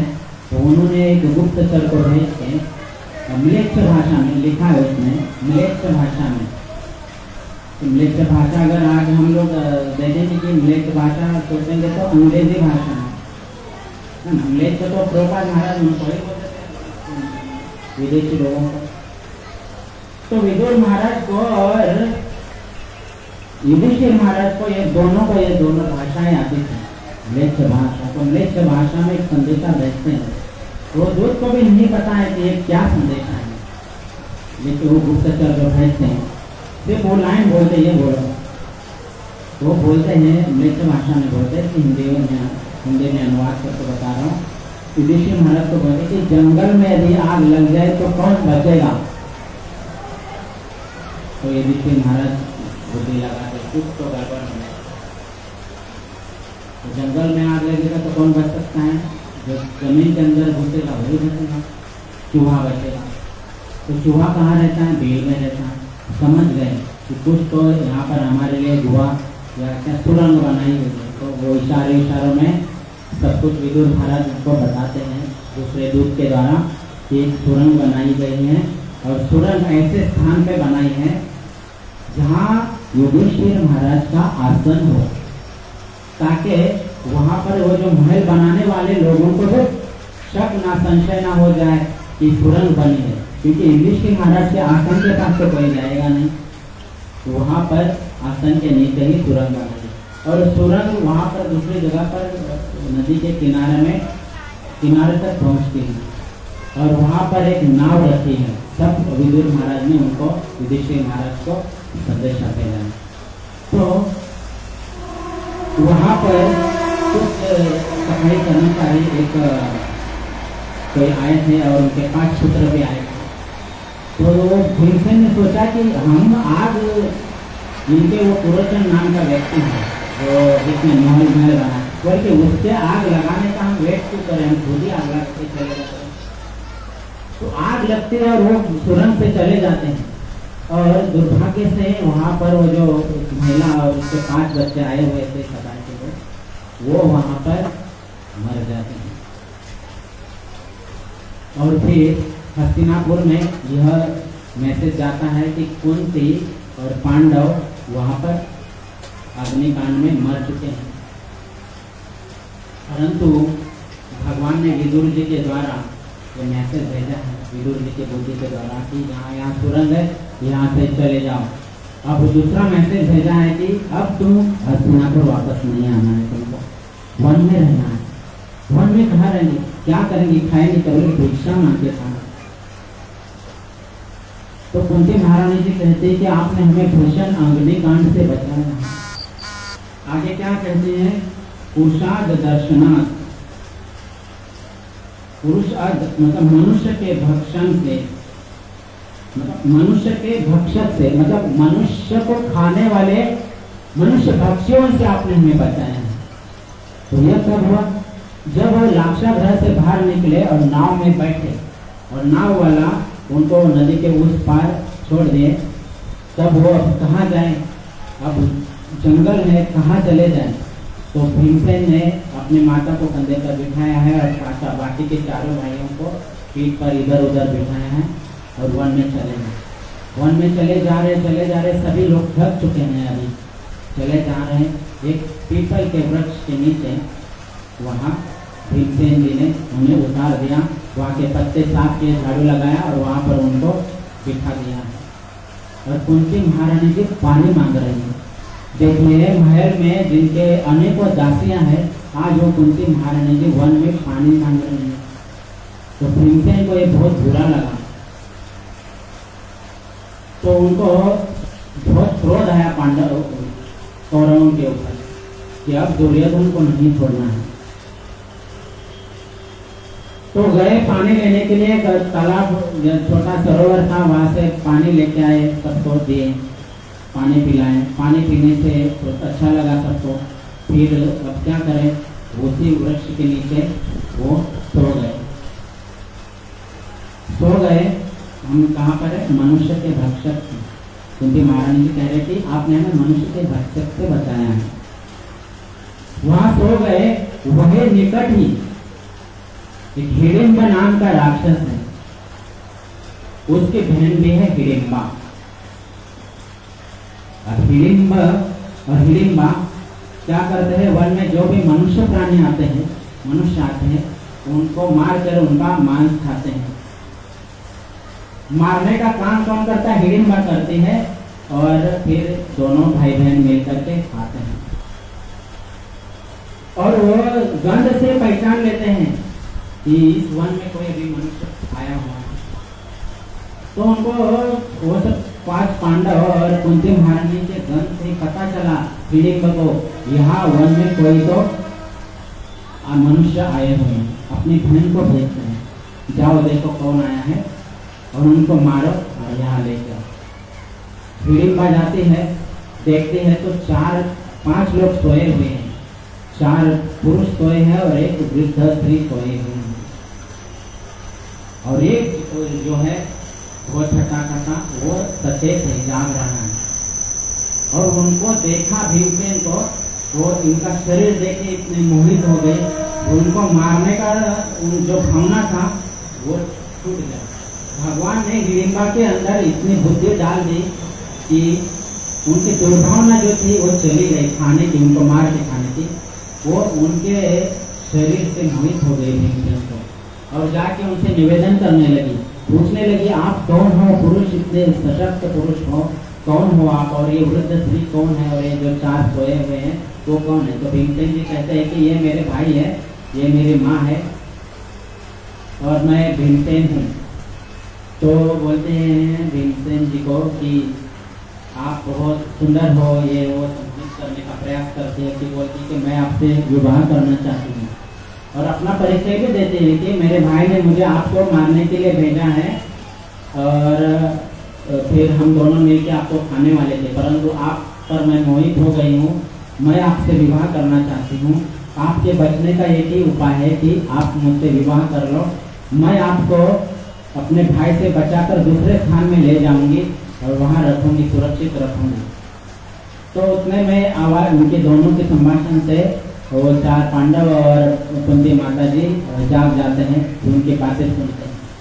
तो भीमसेन जी कहते हैं कि मेरे अभी बड़े भाई का विवाह नहीं हुआ है, तो मैं कैसे विवाह करूंगा, उससे अच्छा है कि मैं तुम्हारे भाई का वध कर दूंगा, तुम्हारे भाई का वध करूंगा। तो वो बोलते हैं कि देखो वो बहुत शक्तिशाली है, हिडिंबा अच्छा आदमी नहीं है, मांस भक्षी आपको खा जाएगा। तो बोलते हैं कि नहीं कुछ नहीं। तो भीमसेन जी भी इतने ये सब उनकी संभाषण शुरू होता है हिडिंबा का, भीमसेन जी का, कुंती महारानी का। वो हिडिंबा देखता है, हिडिंबा देखता है और जाके देखता है तो मेरी बहन तो उनको मार नहीं रहे, उल्टा उनका पक्ष ले रहे, उनको बचाने की बात कर रहे, उनसे विवाह करने की बात कर रहे। अपने बहन के ऊपर ही क्रोधित हो जाता है और बहन के ऊपर हाथ उठाने जाता है। तब भीमसेन का और हिडिंबा का युद्ध होता है, मुष्टि प्रहार होता है, अनेक प्रकार से युद्ध करते हैं, फिर वो हिडिंबा मारा जाता है। तो कुंती महारानी कहते हैं कि आपने हमें मनुष्य बख्शो, कौन से हमारी रक्षा की। वो हिडिंबा के अंदर ये बुद्धि सद्बुद्धि देने वाले भगवान से हैं, ये कुंती महारानी जी जानते हैं। तो उस वक्त कुंती महारानी और युधिष्ठिर महाराज बहुत शास्त्रोक्त पद्धति से चर्चा करते हैं और फिर उनको हिडिंबा को बोलते हैं कि ठीक है अभी क्या कर सकते हो। हिडिंबा बोलते हैं देखिए मैं कोई साधारण स्त्री नहीं हूँ, मैं भी त्रिकालदर्शी हूँ, बड़े राक्षसिनी हूँ, पर मुझे मालूम है आप अभी कहाँ से आए हैं, आप अभी भीषण अग्निकांड से बच के आए हैं, बराबर है। कुंती महारानी देखती रहती है इसको कैसे पता चला। बोलते हैं ये तो भूतकाल हो गया, मैं भविष्य भी आपका जानते हूँ। आप अभी एक ऐसे सरोवर के पास जाओगे, वहां पर आपको एक ऋषि मुनि मिलेंगे। तो कुंती महारानी बोलती कि हाँ ये तो बहुत कामती स्त्री है।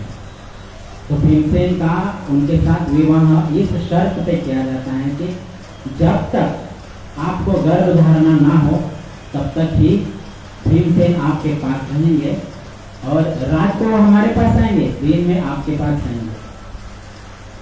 तो गर्भ धारणा करते हैं और राक्षसों का तो ऐसा मतलब कथन है कि कहते हैं कि वो जैसे गर्भ धारणा करते हैं वैसे उसको पुत्र हो जाता है और वो पुत्र इतना बड़ा हो जाता है कि टकला होता है, बाल नहीं रहते हैं और बाल नहीं होते और बड़ा सा सर होता है।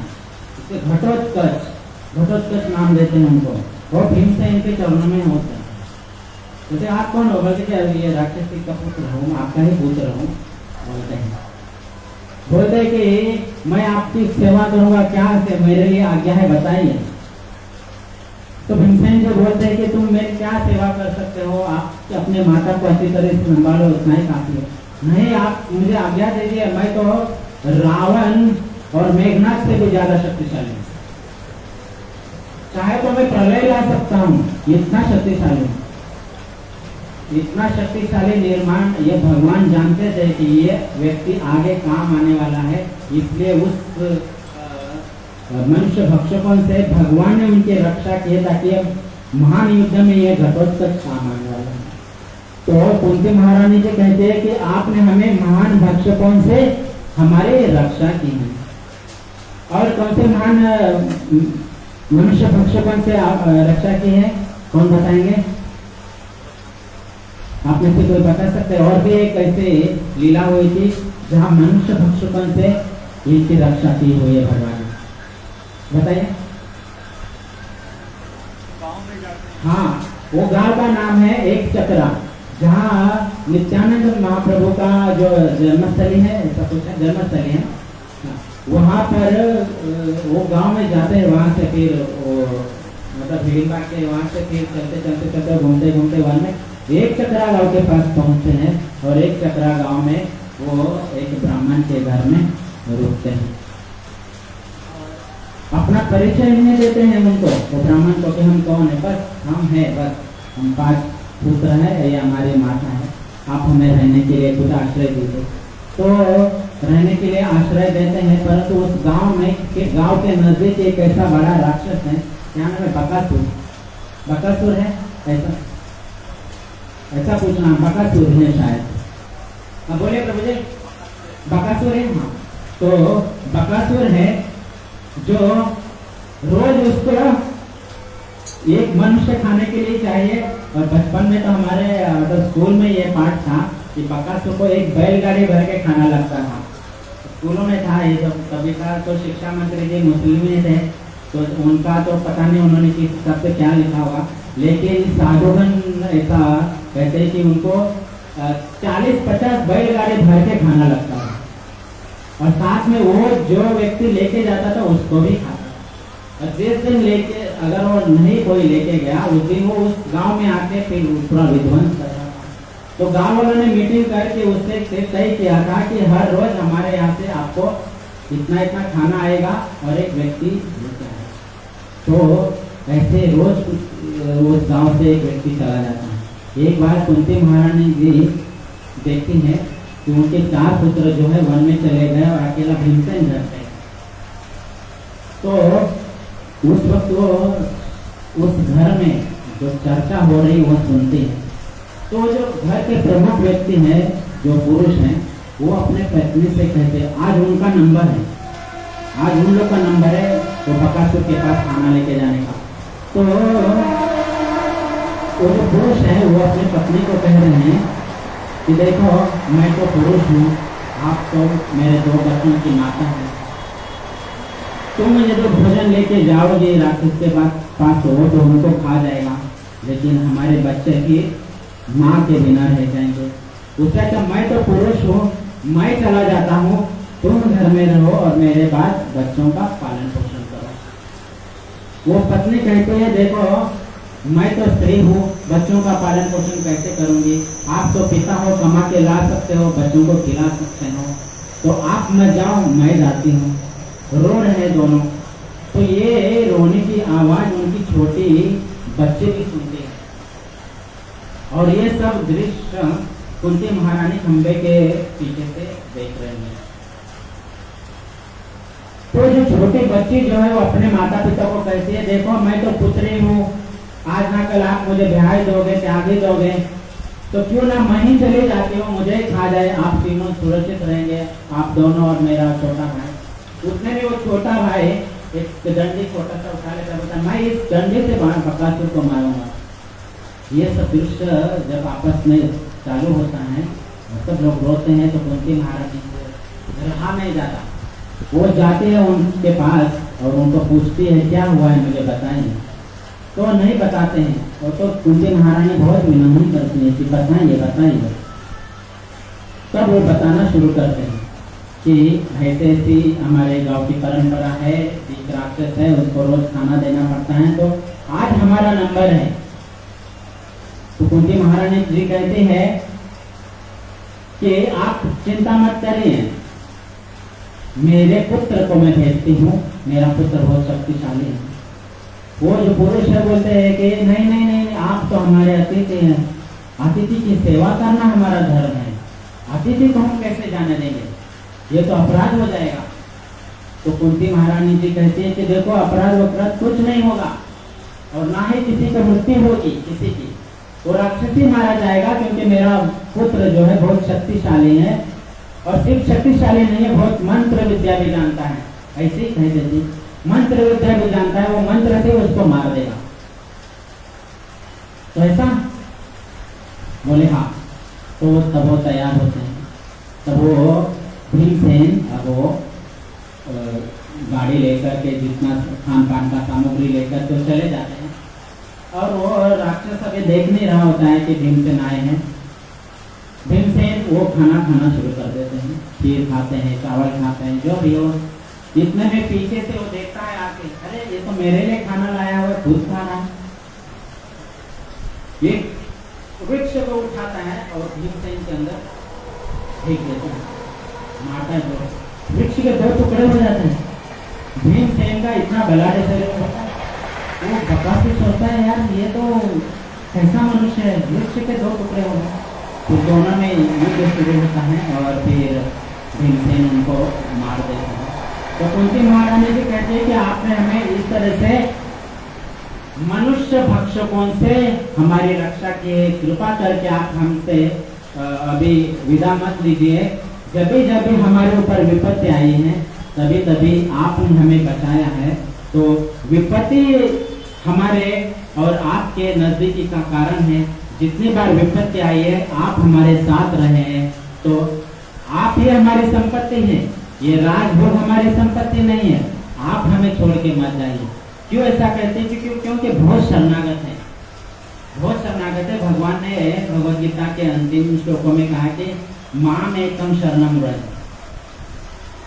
सर्वधर्मान परित्यज्य माम एकम शरणम, मेरे अकेले की शरण में हो। तो कुंती महारानी जी बचपन से ही शरणागत है, तो हमें भी शिक्षा लेनी चाहिए कि हमें भगवान के शरणागत रहना चाहिए, गुरु की शरणागत रहना चाहिए। तो बहुत शरणागत है, तो कहते हैं कि हमें ये संपत्ति नहीं चाहिए, हमें आप चाहिए, क्योंकि आप रहते हो तो हमें बहुत अच्छा लगता है। तो विपत्तियां हमें दे दो, जितने भी विपत्तियां आपने हमें दी है उतनी विपत्तियों में आप हमारे साथ है, तो विपत्तियां हमें आप दीजिए। तो इस तरह से प्रार्थना करते हैं। तो समय कितना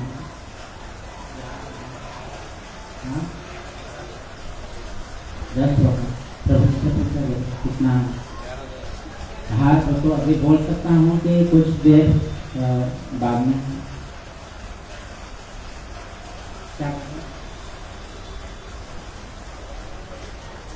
हरे कृष्णा हरे। आप अभी श्रवण करना चाहते हैं? अभी श्लोक खत्म नहीं हुआ है, बहुत सुंदर सुंदर बातें आगे हैं। तो यदि आप लोग श्रवण करना चाहते हैं तो हाथ उठाइए, जो नहीं सुनना चाहते हैं तो हाथ मत उठाइए। 3-4 भक्ति कह रहे हैं प्रभु जी के सुनना चाहते हैं, तो बाकी के लोग तो नहीं बोल रहे हैं, जैसे आपके आगे हो।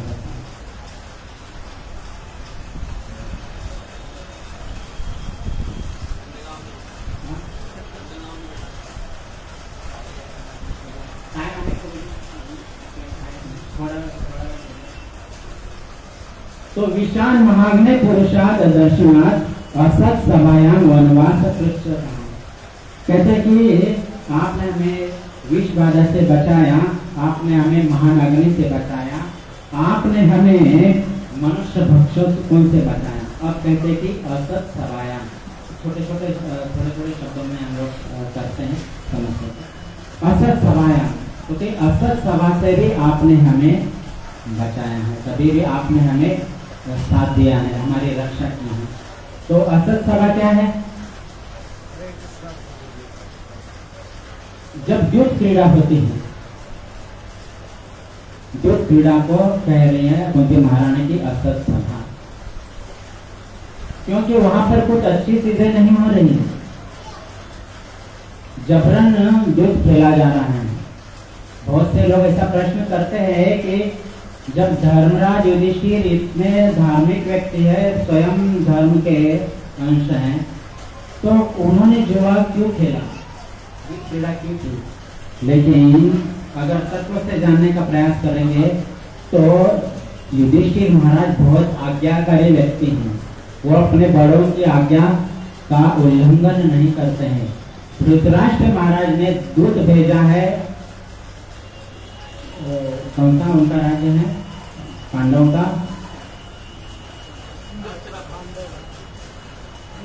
इंद्रप्रस्थ में दूत भेजा है कि आप यहाँ पर जुआ खेलने के लिए। तो युधिष्ठिर महाराज जुआ खेलने के भाव से हस्तिनापुर नहीं आते हैं, हमारे बड़े पिताजी ने बुलाया है, वो आज्ञा पालन करने के लिए वहां चले जाते हैं। और फिर वहां युद्ध क्रीड़ा होती है, आप तो सबको जानते हैं वहां क्या होता है। और फिर वहां पर द्रौपदी माता का वस्त्र हरण होता है। जब सभी चीजें हार जाते हैं, वो 2-3 अध्याय है उसमें, महाभारत के पूरे 2-3 अध्याय हैं, जिसमें सबसे पहले जब युद्ध क्रीड़ा होती है तो बस इनको बुलाया जाता है एक दूत के मार्फत द्रौपदी माता को। तो वहाँ पर बहुत वार्तालाप होती है। तो महाराज जी को पूछो कि पहले आप हारे थे या पहले आपने मुझे दाव पे लगाया था?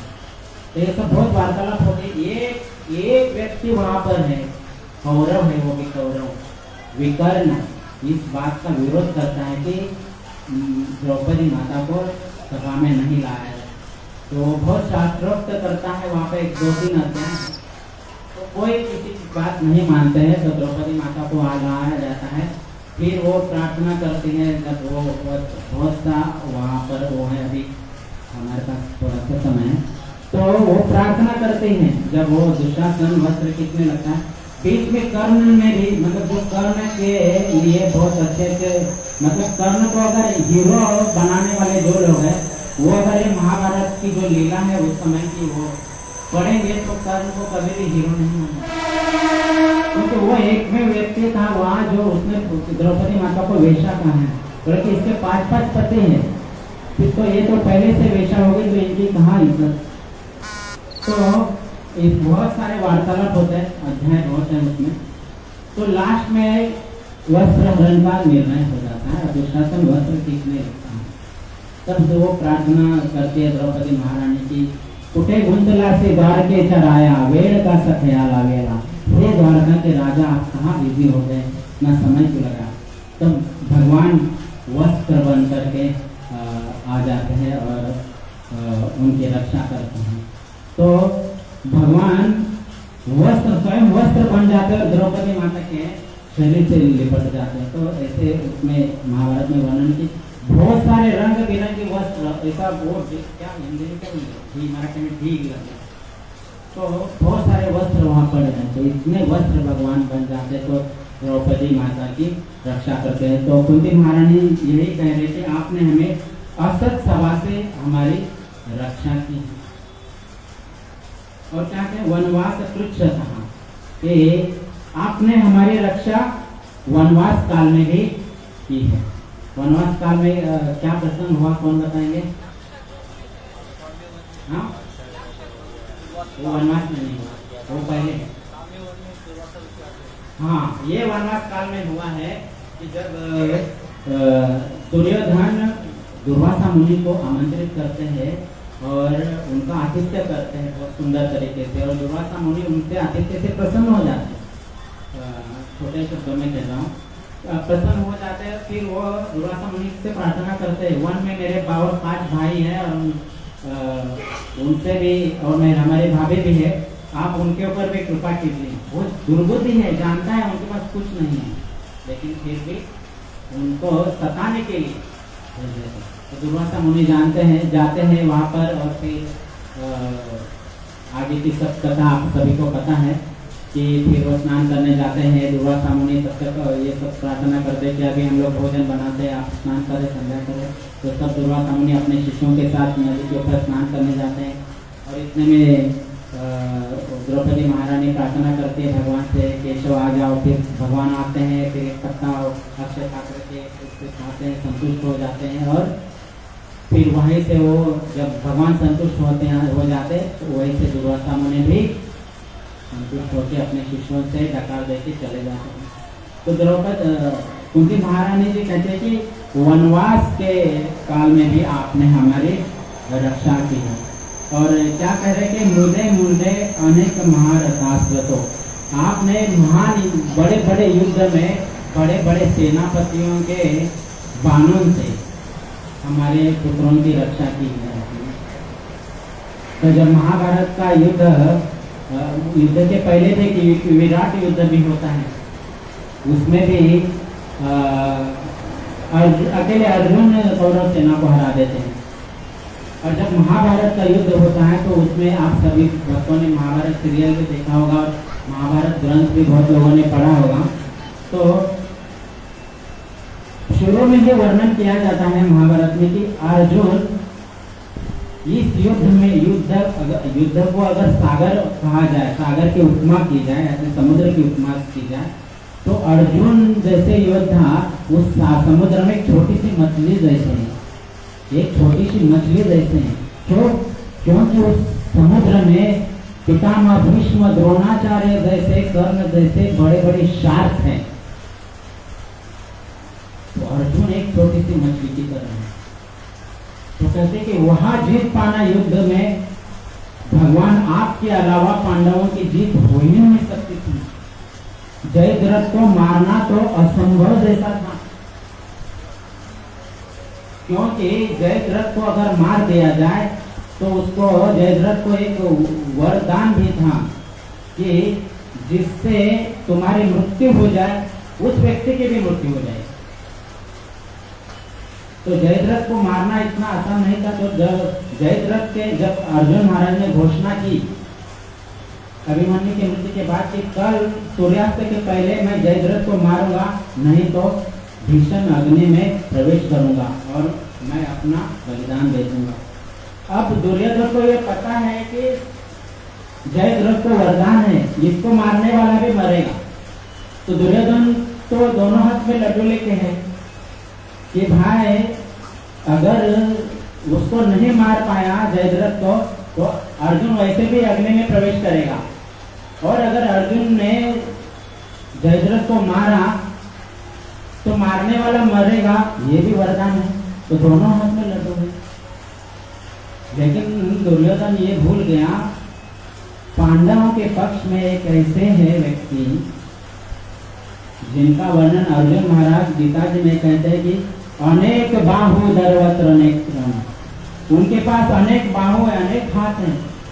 तुम्हारे दोनों हाथों में लड्डू है, परंतु यहाँ पर भगवान के अनेक बाहु हैं, वो उनकी रक्षा करने के लिए हैं। तो जैसे आपने जयद्रथ का वध देखा होगा कि कैसे वो भगवान सूर्य को ढक देते हैं, हाँ, और फिर अर्जुन महाराज सूर्य को ढकते हैं, फिर उससे जयद्रथ महाराज फिर बहुत उत्सव मनाते हैं कि पहले उत्सव मनाते हैं और आ जाते हैं बाहर। हाँ, अब तो सब कौरव सेना में बहुत खुशियाँ बटने लगी कि हाँ अब तो जाएगा अग्नि में अर्जुन, हमारी जीत हो जाएगी। तो भगवान क्या करते देते हो, उत्सव मनाना शुरू करते हैं और उस अति उत्साह में जयद्रथ जो इतना पीछे था वो आगे चला जाता है और जयद्रथ का मुंह दिखने लगता है।